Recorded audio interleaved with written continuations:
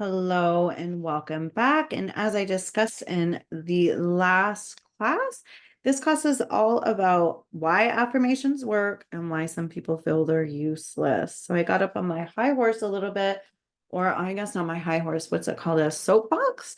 In the last class, really talking about affirmations, but I really wanted to go a little deeper with it. And I feel like in order for people to embrace using them, it helps to have an understanding of why they actually work.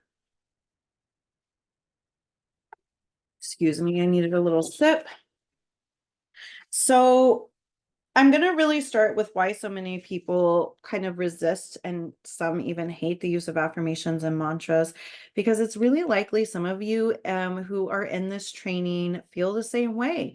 I really could feel the eye rolls when I suggested using them in the last class, just based on what I see a lot, the feedback I receive a lot from the collective, especially a certain narrative in the collective, I guess you could say. So I want to go ahead and debunk this for you now so that you can get the full benefit of working with mantras and affirmations as the powerful tool that they really are, and you can really apply these to helping to train your brain. So those who see affirmations as useless surface tools will say they don't work because if we don't believe them, they can't be effective. Okay. But if you have a clear understanding of how the mind works, you know this doesn't make sense at all. And so I talked a lot about how the brain works already and the neural pathways and how we create new neural pathways. And the truth is anything in opposition of the current story that you're telling is not going to be accepted by as truth by the brain due to the way that the brain works with the neural pathways.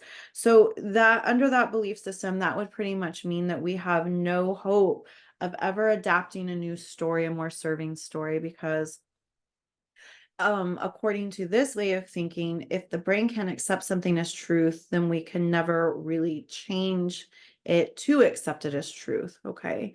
That is false.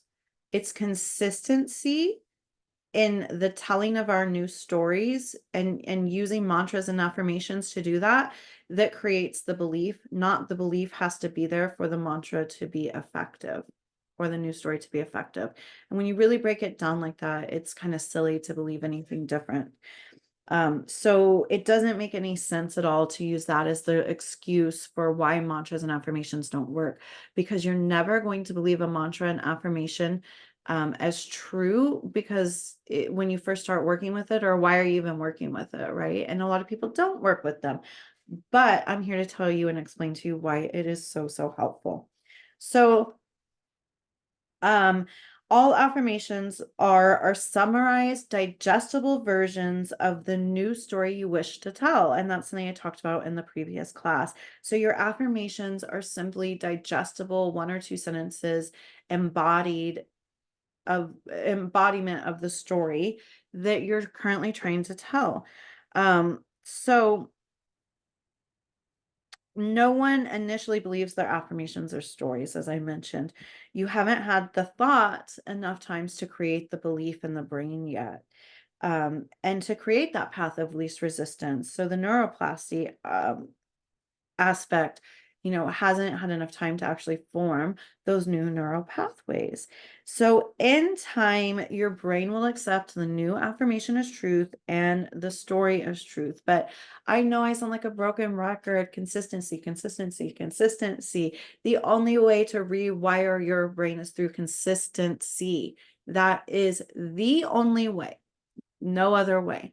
That's the number one thing I need you to understand. Without consistency, there's no structure. Nothing can stick. Nothing can hold. I had someone tell me once in a meeting, when it comes to consistency, and this made a lot of sense. Like, she used a vase and of flowers as a metaphor of, like, the flowers are, in this case, the new stories, and the vase is the consistency. So if we have the new stories and there's nothing to hold them, we go, and what happens?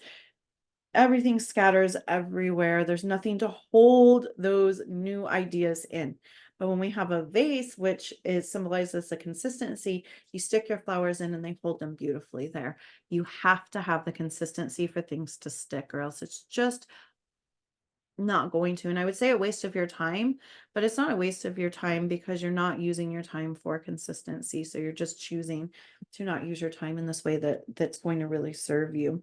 So if you doubt the power of affirmations and mantras, I encourage you to challenge yourself and try to see this from a scientific view based on the most current neuroscience, as opposed to the kind of white noise and the spiritual and personal development sphere that so many of us just hear reverberating all around. And so much of that is false information.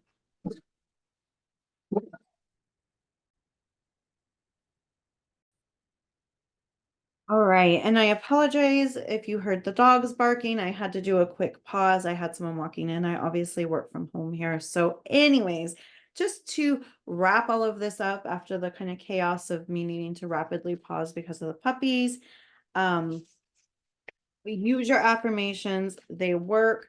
It's supported by it's supported by science, and that's the most important thing to know. And I will see you in the next class.